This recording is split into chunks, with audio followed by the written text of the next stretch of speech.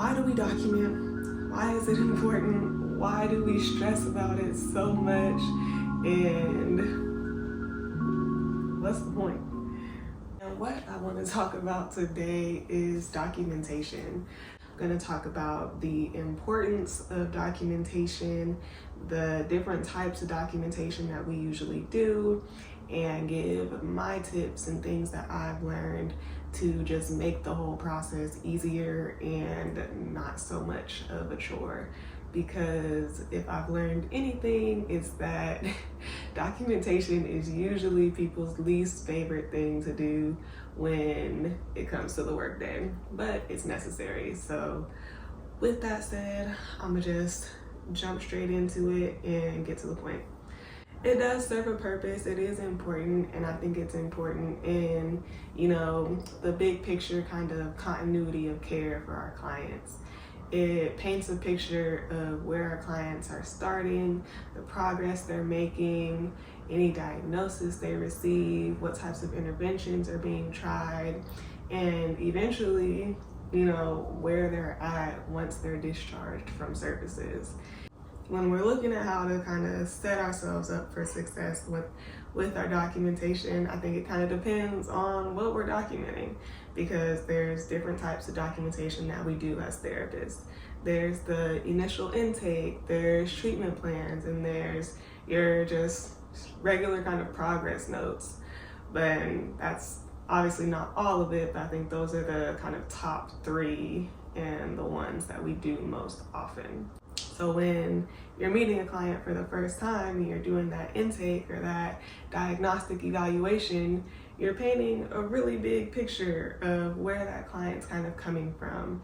You're getting their family history, their social history, medical, mental health, previous treatment, previous diagnosis, any medical conditions or medications that they're taking, what their current symptoms are that they're reporting.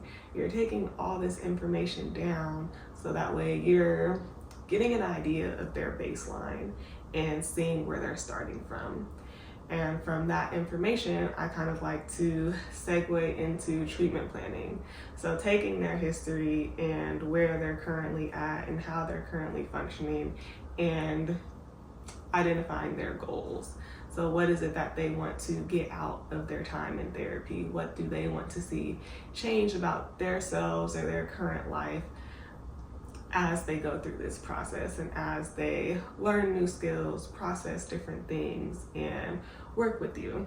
What do they want to get out of it? What do they want to gain? And after you have that goal, you identify the objective. What is it that they're going to walk away with? What types of skills and what are they going to be able to take away from their time in therapy?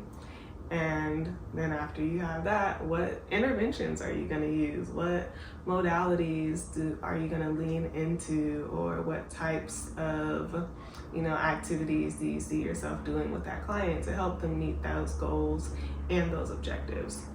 And I think when you break things down in that way, it kind of simplifies the treatment planning process, because I don't think treatment plans need to be complicated. I don't think any documentation needs to be complicated. We just need to be clear and concise, and we're not writing a novel. We're not writing down every single thing that the client says. We're doing broad strokes, and that's to protect the client's confidentiality. And I think when we have that in mind, that also, really influences what we're documenting. So when I do my notes, I'm not writing down every single word that comes out of the client's mouth. I'm not writing down minute for minute what I'm doing in that session with that client, because again, we want to protect their confidentiality. What if those notes did get subpoenaed and you're just putting it all out there? The things that you're telling your client, these things stay private with the limits of confidentiality, but you want to protect their privacy as much as you can. So, for example, if I'm working with a client and they're talking about like an argument that they had with a friend or a family member or whatever, and how they just cussed this person out, they went back and forth, they almost got into a fight. I'm not necessarily gonna put down every single thing that they said to that person. I'm definitely not gonna do that. I'm going to say that the client worked on conflict resolution skills, anger management strategies. They worked on developing positive relationships with peers or interpersonal effectiveness skills, because we're doing broad strokes. We're not doing all the specifics unless they're reporting something like self-harming behaviors or suicidal ideation or homicidal ideation, or there's something that kind of crosses a boundary within the therapeutic relationship. Like, those are things that we would want to document. So for example, a few years ago, I had a client was discharged from like a program that I was working in. And a few months after they had discharged, they started, sending me a bunch of messages on Facebook and on Instagram, even though like all of my social media is private and I wasn't friends with them at all. They were still able to like send messages, and it went to like my message spam folder. And they were just blowing up any type of social media that I had, making fake account after fake account after fake account to add me over and over and over again, and saying pretty disturbing things. So after I met with my supervisor, she told me how to kind of document that and how to keep a paper trail of, how this client was crossing, this ex-client that I wasn't working with anymore was crossing a boundary pretty much, and how I responded, and it went from there. So those are the types of things that you might want to be more specific about in your notes and in your documentation. And again, those are things that you let your client know. You let them know that there's limits to confidentiality, and they're aware of that coming into it, but reminding them of those things is also helpful. So I like to let them know what information we keep on them and what we do with that information, because it's their right to know those things. Okay, so those are the different types of documentation. We talked about why documentation is important.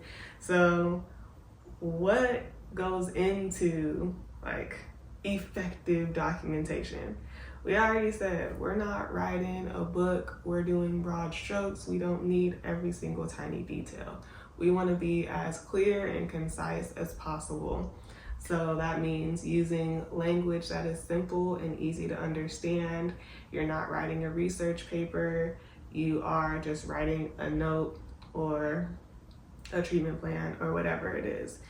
And because it's accessible not just to like us as clinicians, but also clients and insurance companies, that's why you want to use language that's easy to understand. You also want to include like objective and subjective information.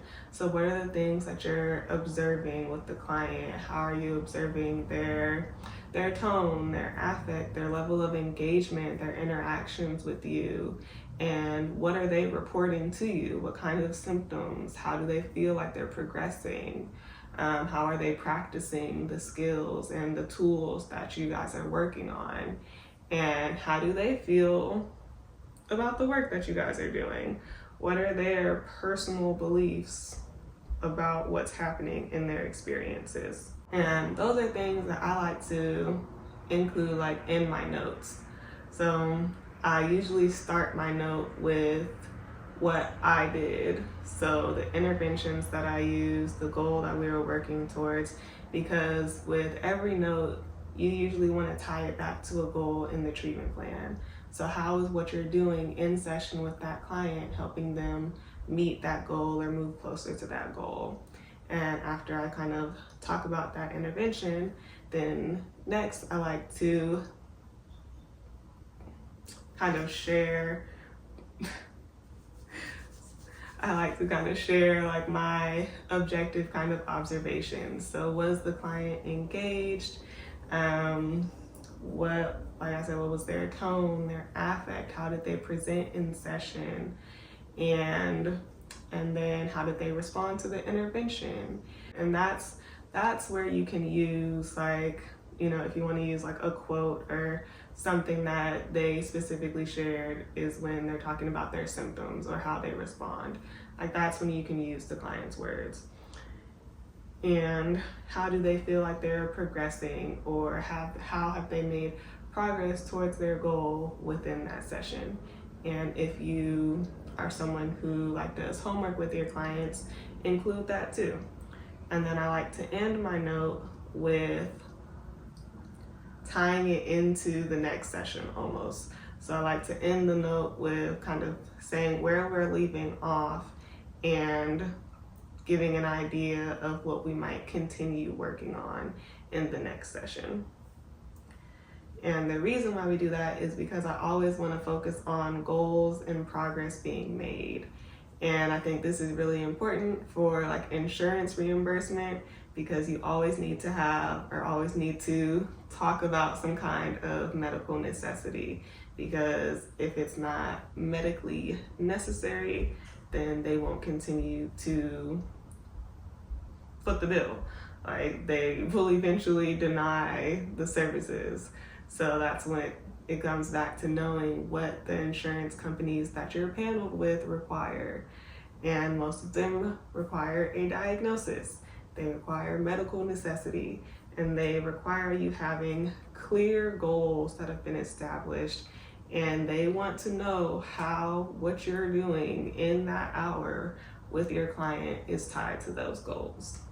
We done touched on a lot so far, but all of this comes easier the more that you do it. I don't think anybody starts out with just all this information, because honestly, I don't remember talking about a lot of this in grad school. I remember just getting the experience from my first job in the field. And I think that's where I also learned some helpful kind of time management skills, because I started out as a case manager. Before I graduated and started doing therapy and stuff, I was a case manager.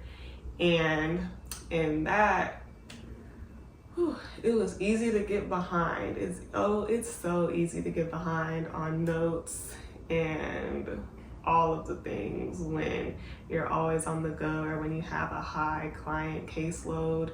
It's just really easy to get behind.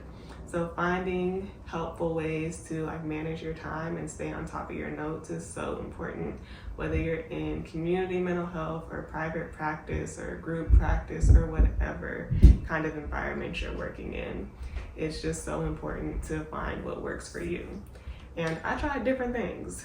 At one point, I would do my notes in the morning for the previous day, because at the end of the day, I just want to go home. I don't feel like doing my notes after I've spent all day with clients. And for a while that worked for me, coming in the morning, starting my day doing notes. And that worked for a while. But eventually I didn't want to keep doing that. I wanted to try something different. And what I do now, since I have a little bit more control over my schedule, is I give myself time in between clients to do my notes. Does this always work? No, but it does for the most part.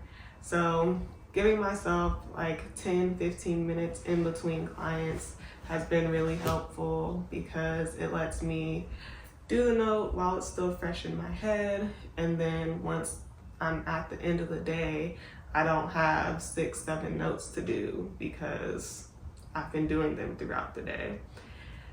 So figuring out what works for you is important.